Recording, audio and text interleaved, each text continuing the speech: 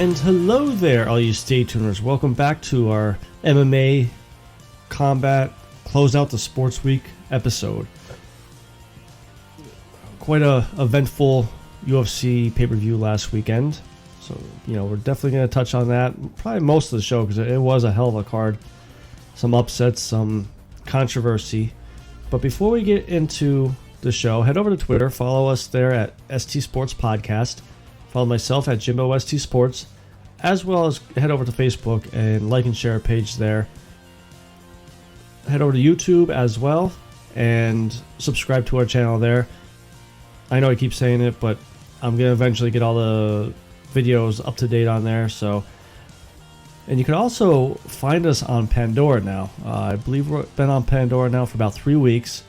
On top of iTunes, Spotify, Google Play, all those other ones. But hey, if you're at the gym or some party or whatever, you put Pandora on, you can listen to us here at Stay Tuned Sports.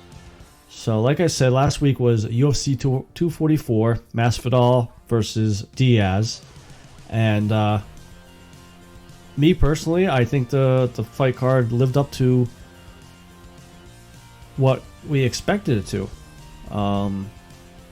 Obviously some controversy with the Masvidal fight being stopped by a doctor because of Diaz's cut above his eye.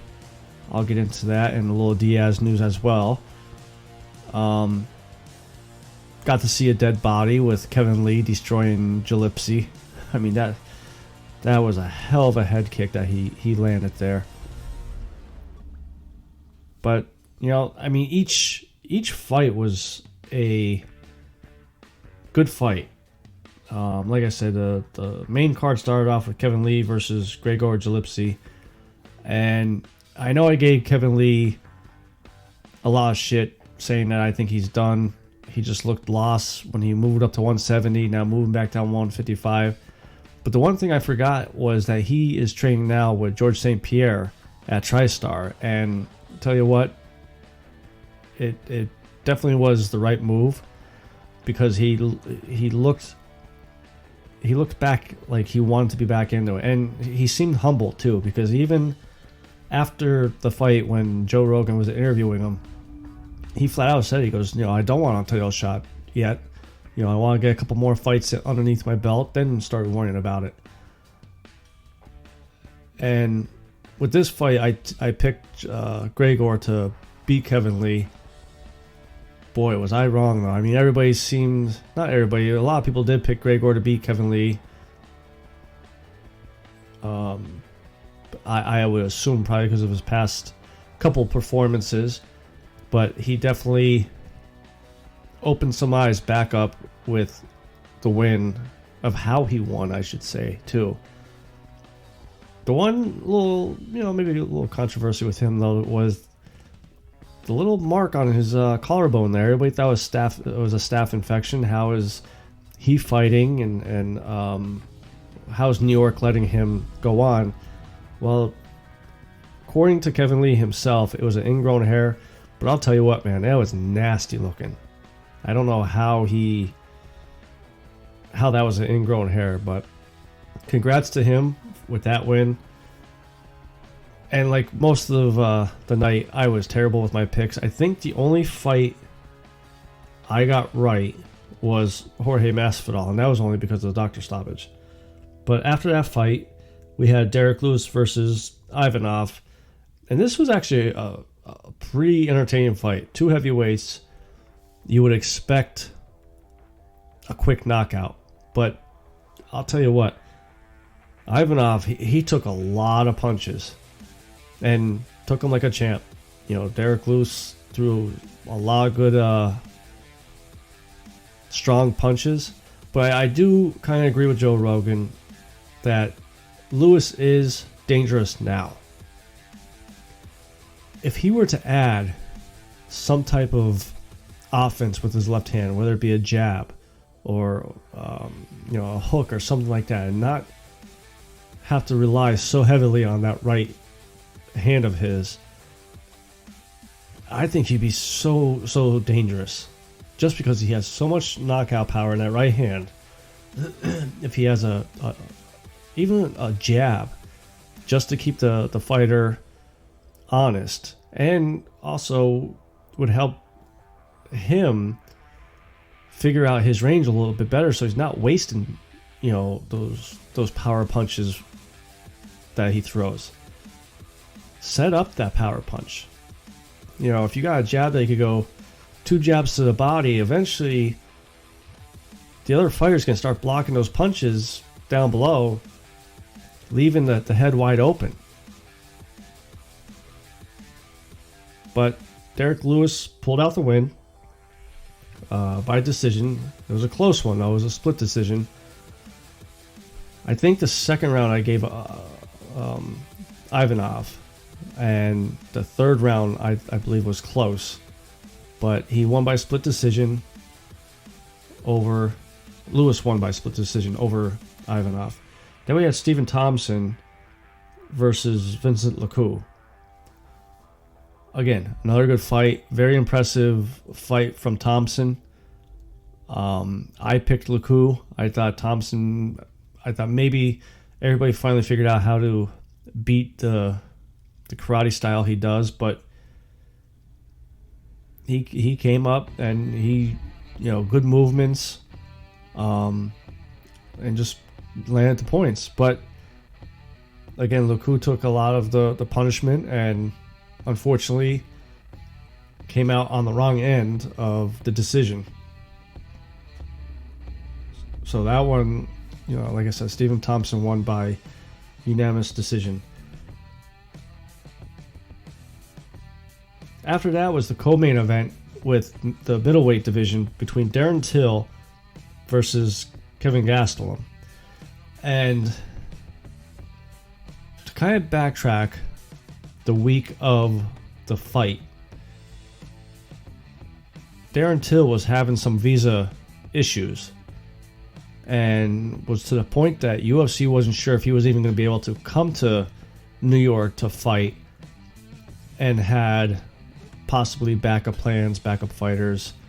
No one really came out and confirmed any of it, but luckily Darren Till made it to New York Friday morning before the weigh-ins. But then Kelvin Gastelum had a little bit of a weight issue when it came time to weigh in. He just barely made weight.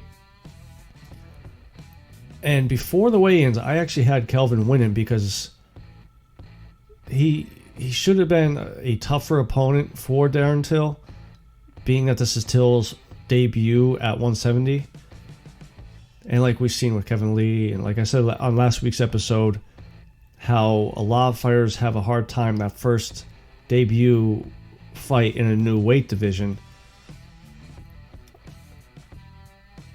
You normally would want to see that fighter fight a lower ranked opponent, not a top 5 fighter. But Darren Till, tough fighter like he is, took on Kelvin Gastelum. And I picked Darren Till to win this fight because of the whole weight weigh-in with Kelvin Gastelum. We see that a lot. That if they come in overweight and they gotta go to the sauna and knock off those extra pounds day of the weigh-in, it affects them fight night. Not saying it did, but it just definitely did look like Kelvin wasn't completely himself. And Darren Till, he was very impressive. I have to give him credit. He looked like he was 100% ready for the fight, even though as post press conference said that he was trying to figure out a way to fake an injury so he didn't have to come out because he was scared shitless, which, Diego Sanchez came out and called him a pussy and this and that and the other thing.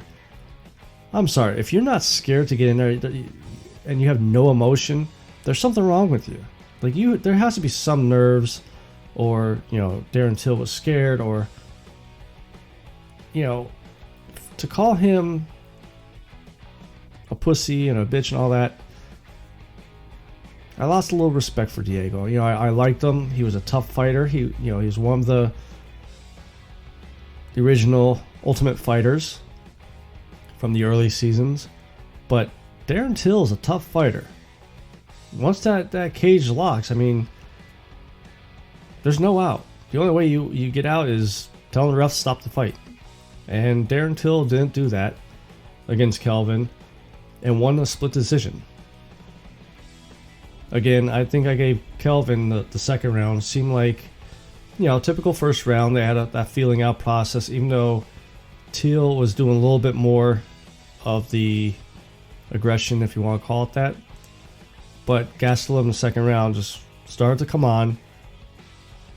But third round came and Till just pulled away with it and won by split decision. Then it was time for the main event. Now, before I get into the fight, I gotta put this out there. The whole lead up to this, that The Rock is gonna bring the belt out and The Rock is gonna put the belt around the winner's waist and this and that and the other thing, I was okay with that. Whatever. You're building up this made up fight just to make money. I'm okay with that. I could have did without The Rock standing in front of the mirror like this is WrestleMania 45 or whatever. And then I could have did without The Rock's music of him walking out like he just won the belt at Survivor Series. I would have been okay with them just showing him at ringside with the belt in front of him himself. But, it is what it is. Masvidal and Diaz come out. And I'll tell you what, Jorge, I loved how he started off the fight too. Jorge starts off the fight, takes 2 steps, and then darts at Diaz like he's going to throw a knee, and pulls back, laughing at the knee that knocked out Ben Askren. That, in a way, was genius and hilarious. Genius because, hey, you never know. You never know if he's going to throw that knee. And seeing with Ben Askren, granted, even though Askren went for a takedown, it'll knock you out cold. First round, Masvidal just looked loose, looked good. Head movement, just picking Diaz apart left and right. Diaz was getting a couple of punches here and there, but definitely had it a 10-9 round for Masvidal. Second round, pretty much the same thing. But a couple of the punches caught Diaz and cut him open. I believe he had the cut underneath the eye first. Gave that one to Masvidal as well as a 10-9 round. But maybe a little bit closer. Diaz was starting to get some good punches in there, even though Masvidal was still keeping that pressure on. Third round came. The first half of the third round, same type of stuff that Masvidal, keeping the pressure on, connecting with the punches. But that second half, the back end of the round, at least in my eyes, it seemed like Diaz started to come on. Connecting, blocking some more of Masvidal's shots. And unfortunately, Masvidal did cut him open above his right eye, right above his eyebrow. Round gets over. I mean, I think Masvidal did enough to get another 10-9 round. So I already had it 3-0 Masvidal. And the cut that Diaz had over his right eye was bloody. But it was a typical Diaz type cut, that we're all used to seeing. Like Rogan said, he has a ton of scar tissue around his eyes. And unfortunately, that's what cut open.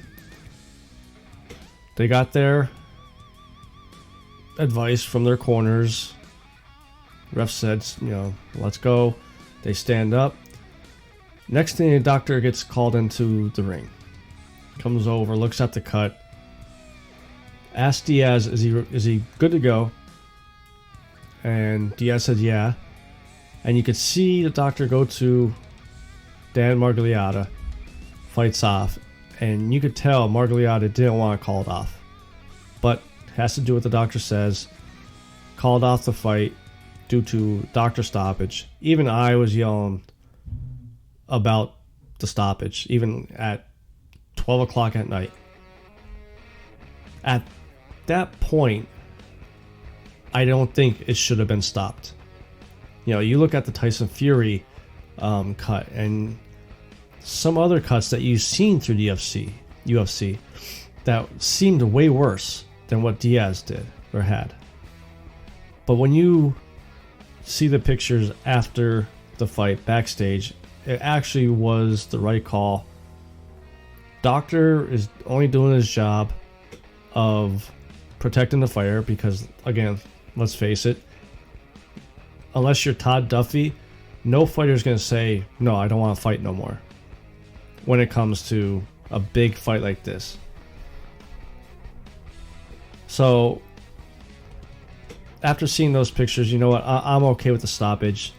I know a lot of Diaz fans were, you know, he does better in the championship rounds and this and that. If you look at the stats, though, Diaz has never knocked someone out in the championship rounds because obviously he was behind on the cards and he would need a submission or a knockout to win this fight. If you look at Masvidal, he's never been knocked out in the championship rounds. So Diaz was way behind the 8 ball. Huge hill he had to climb, and I think it was the right thing to call. I still think it was a good fight. Like I said, Diaz, towards the end of the third round there, seemed to be coming on a little bit. But fight gets over. Masvidal, right off the bat, said to Diaz, you know, he'll run this back. You know, he'll give him a rematch. Not according to Dana White. And you know what? We're going to take a quick break. When we come back, I will talk a little bit about what Dana White said as far as the rematch and what happened to Nate Diaz earlier this week. We'll be right back.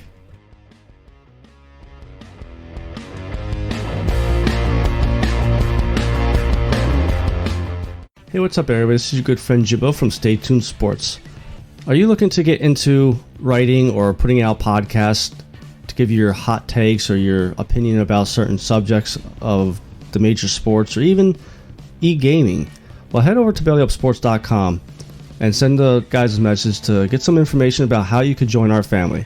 I've been part of the Belly Up Sports family since February, and I'll tell you what, it's a bunch of great guys and gals, help each other all out, and don't judge each other about what we put out there. So if you're interested, head over to bellyupsports.com, send a message to the guys. We're looking for writers, editors, even podcasters. So again, that is bellyupsports.com. Head over there, message them, and even read some of our articles.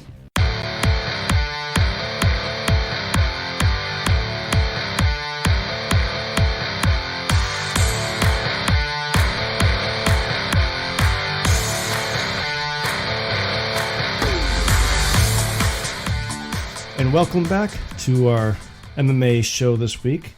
So before the break, like I started to talk about Diaz and a possible rematch with Jorge Masvidal.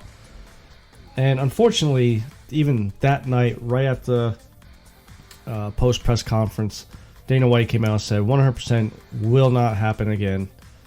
The rematch for the BMF, this was a one and done, which I'm okay with. You know, it was fun while it lasted. I think maybe if there was anything that I was a little disappointed with, I thought there'd be a little bit more trash talk. But both guys just had respect for each other.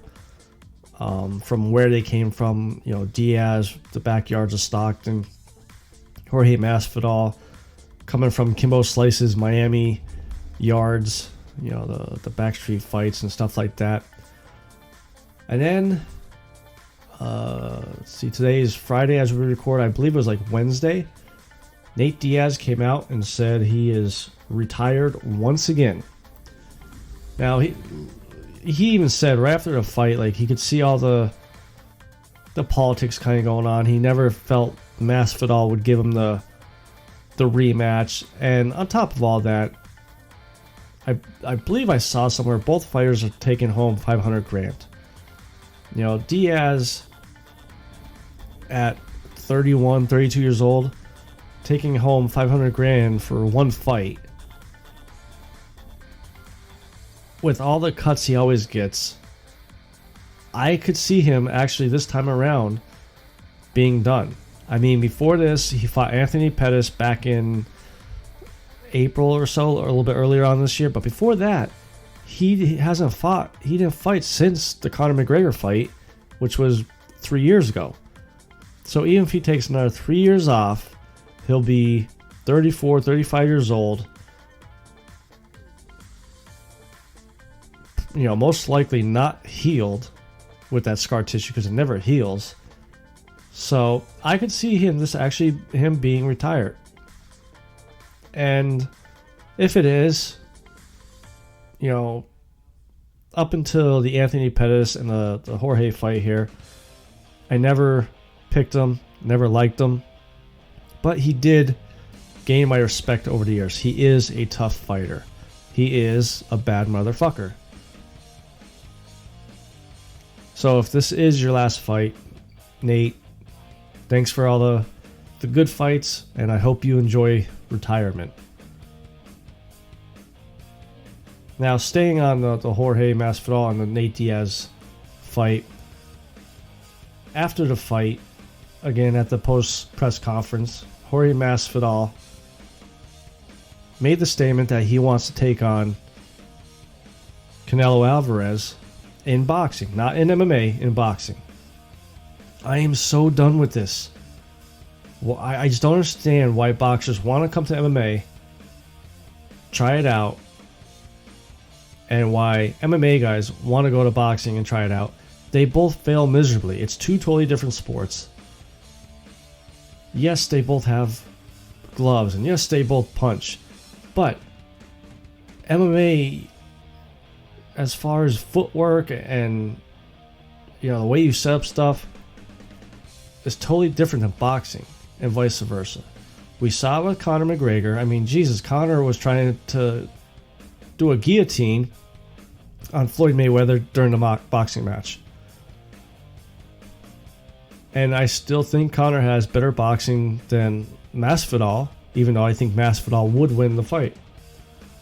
Now, a couple things that Jorge did say, let's just entertain the idea that they actually do set this up and they fight each other. The one comment that Jorge did say, which I think has a valid point, said he is naturally a bigger dude, Jorge Masvidal is. With boxing gloves I'm not afraid of breaking my hand because I have that cast of tape on it. It would be extra harder. I feel like I can be a legitimate threat in there. Plus, I'm a little longer than him too. When it's boxing, to me, the reach is 90% of the time going to be the winner. Unless you could get on the inside, which Masvidal has quick hands. Now, I don't know how much of that speed will be taken off because of the heavier gloves.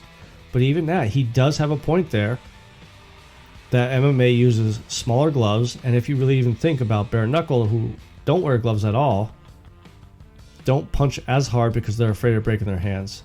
Now, Masvidal could throw those power punches. I still think Alvarez wins in a boxing match. Now, if Alvarez came to MMA, I'm going with Masvidal because it's proven. One can't do good in the other sport. So I hope this doesn't come to fruition, and I hope Masvidal fights either Conor or John Jones, for all Christ's sake. I don't know.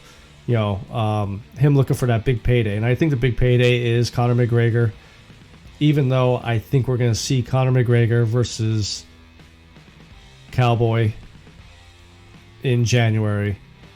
And then who knows after that? Maybe he does get Jorge, say in April. So, but before we go, we do have a UFC card on tomorrow. I think I saw somewhere that says like 2:30 start Eastern time here because it's over in Moscow. And it's headlined by Zabit Magomedov-Sarapov and Calvin Kattar. I know I destroyed Zabit's last name and I apologize, but we also have Alexander Volkov versus Greg Hardy. Finally, Greg Hardy gets some step up in competition. Kicking off the card though, so we'll just jump right into it, and I'll give my picks, which hopefully I don't have the same type of picks as last weekend. So kicking off the main card at light heavyweight, we have Shamil Gamzatov versus Klidson Abreu. I'm going to go with Shamil here. Again, I really haven't seen him. Abreu sounds familiar. I may have seen one or two of his fights, but at light heavyweight, you got to figure it's going to be either a knockout or a decision. This one, I'm going to say a knockout. We may see some good knockouts here because it seems like they're more entertaining when it comes to knockouts or submissions on the fight cards instead of the pay-per-views. These young talent are looking to get on that pay-per-view, so they want to stand out. So I think Shamil is going to go with a knockout here, win. After that, we have a welterweight fight between Ramazan Amiv versus Anthony Rocco Martin. I'm going to go with Martin here with a decision win. I don't think I've seen Ramazan fight before. I've seen Martin fight a couple times. He's pretty decent. So based off of my experience with Martin, that's why I'm going to go with him. After that, another light heavyweight bout with Hadis Ibragimov versus Ed Herman. Ed Herman's good, but he's nothing great. I don't think you're ever going to see him be in the top 3. Maybe not even a top 5. So I'm going to go with Hadidis there. And I past couple fights of Herman looked a little sloppy in a way. So I could see him losing by a submission. After that fight, we have a welterweight division fight between Zalim Amadiv versus Danny Roberts. I'm going to go with Zalim here. I'm going to stick with the hometown crowd type thing here. And after that is the co-main event with Alexander Volkov versus Greg Hardy. Now, curious to see how Greg Hardy is going to try to cheat this time, because his last fight a couple weeks ago, he tried to use a puffer for his asthma, which at the time he said was okay to use by the commission, but then his fight got overturned to no contest because it wasn't approved to use in fight. Already, the UFC came out and said that he cannot use the inhaler during the fight. My heart and my gut is saying that Volkov should knock out Hardy, but Hardy does have power in those hands. He has knocked out a lot of his opponents. I'm hoping Volkov wins just to stop this Greg Hardy train, as they call it. I mean, we saw it with Johnny Walker and Corey Anderson, so hopefully it happens to Greg Hardy as well. And then the main event, featherweight division, Zabit Sharapov versus Calvin Kattar. Zabit is another one that has a hype train going, and I really think he's legit. So I'm going to go with him with a submission win. I don't know if you guys remember that one submission he did where he had the guy's leg pulled up over his head, basically like stretching out that hamstring, trying to tear it. He's another bad motherfucker. I do not want to mess with him.